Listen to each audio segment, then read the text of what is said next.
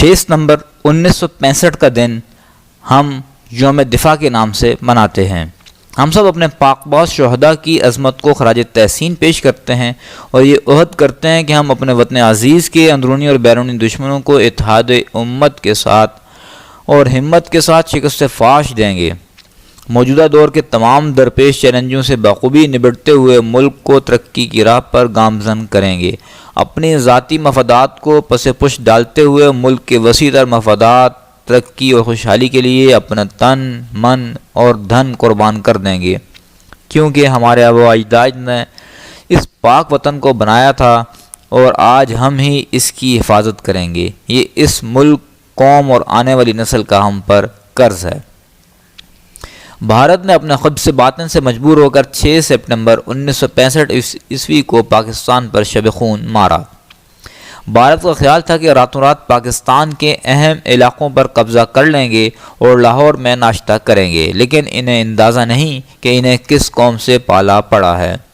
افواج پاکستان اور عوام پاکستان نے مل کر دیوانہ وار دشمن کا مقابلہ کیا، سروں پر کفن باندھ کر دشمن سے بھڑ گئے، جسموں سے بارود باندھ کر ٹینکوں کے آگے لیٹ گئے۔ عوام نے اپنا سب کچھ دفاع وطن کے لیے قربان کر دیا اور ہندو بنیے کے ناپاک عزائم کو رزق کی خاک بنا دیا۔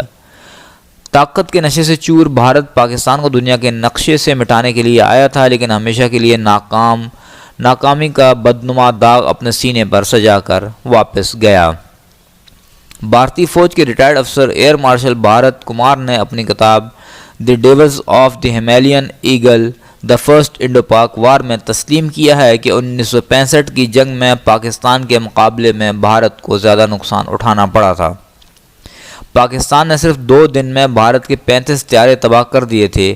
بھارتی اخبار ٹائمز آف انڈیا نے اس کتاب کے حوالے سے دعویٰ کیا ہے کہ بھارتی وزارت دفاع کے ریکارڈ میں تسلیم کیا گیا کہ 1965 کی جنگ میں بھارت کو بھاری نقصان اٹھانا پڑا، تاہم یہ جنگ ہار جیت کے بغیر ختم ہوئی۔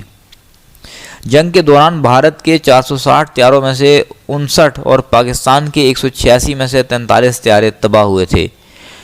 1965 عیسوی کی جنگ بھارت اور پاکستان کے درمیان پہلی فضائی جنگ تھی۔ بھارتی فضائیہ کو پاک فضائیہ پر عددی لحاظ سے برتری حاصل تھی، لیکن پاکستانی طیارے ٹیکنالوجی کے لحاظ سے بھارت کے مقابلے میں زیادہ جدید تھے۔ جنگ کے وقت بھارتی فضائیہ کے پاس 28 لڑاکا اسکواڈرن جبکہ پاکستان کے پاس صرف 11 اسکواڈرن تھے۔ پاک فضائیہ نے آنن فانن 2 دن میں بھارت کے 35 طیارے تباہ کر دیے، جن میں 6 سپٹمبر کو پٹھان کوٹ اور 7 سپٹمبر کو کلائنڈا میں بھارت کو بھاری نقصان اٹھانا پڑا۔ بھارت نے اس جنگ کے دوران اپنے 28 اسکواڈرن میں سے 13 اسکواڈرن چینی خطرے کے پیش نظر مشرقی اور وسطی سیکٹرز پر تعینات کر دیے تھے۔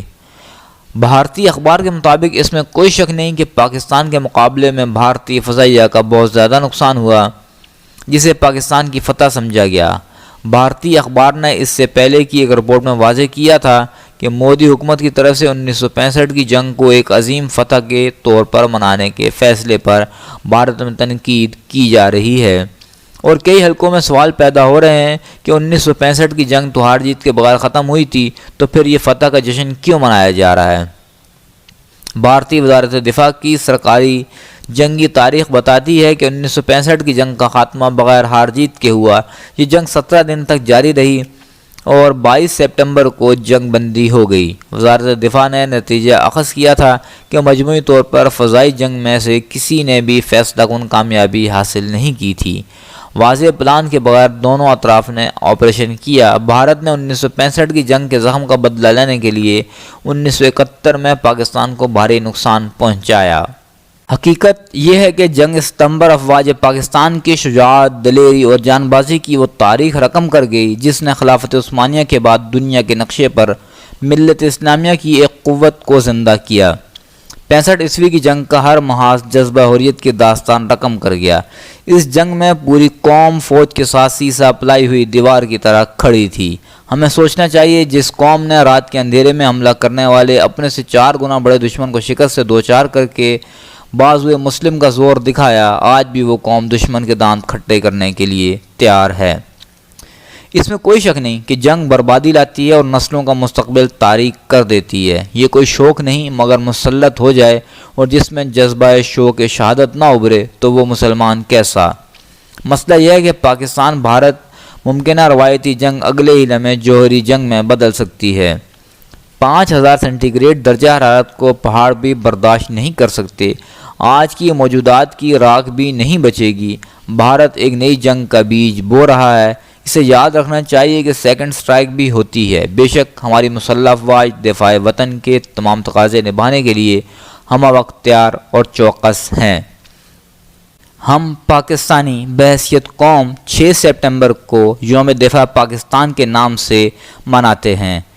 یوم دفاع پاکستان منانے کا مطلب کہ ہم اپنی فوج اور عوام سے مل کر پاکستان کا دفاع ہر محاذ پر کریں گے۔ اسی لیے بحیثیت قوم ہر ایک کی ذمہ داری بنتی ہے کہ وہ جس بھی پوزیشن پہ کام کر رہا ہے وہاں پر دفاع پاکستان کرتا رہے۔ آپ دیکھ رہے ہیں ہمارا یوٹیوب چینل دو باتیں۔ ہمیں کمنٹس کر کے لازمی بتائیں کہ ہماری آج کی دو باتیں آپ کو کیسی لگی ہیں۔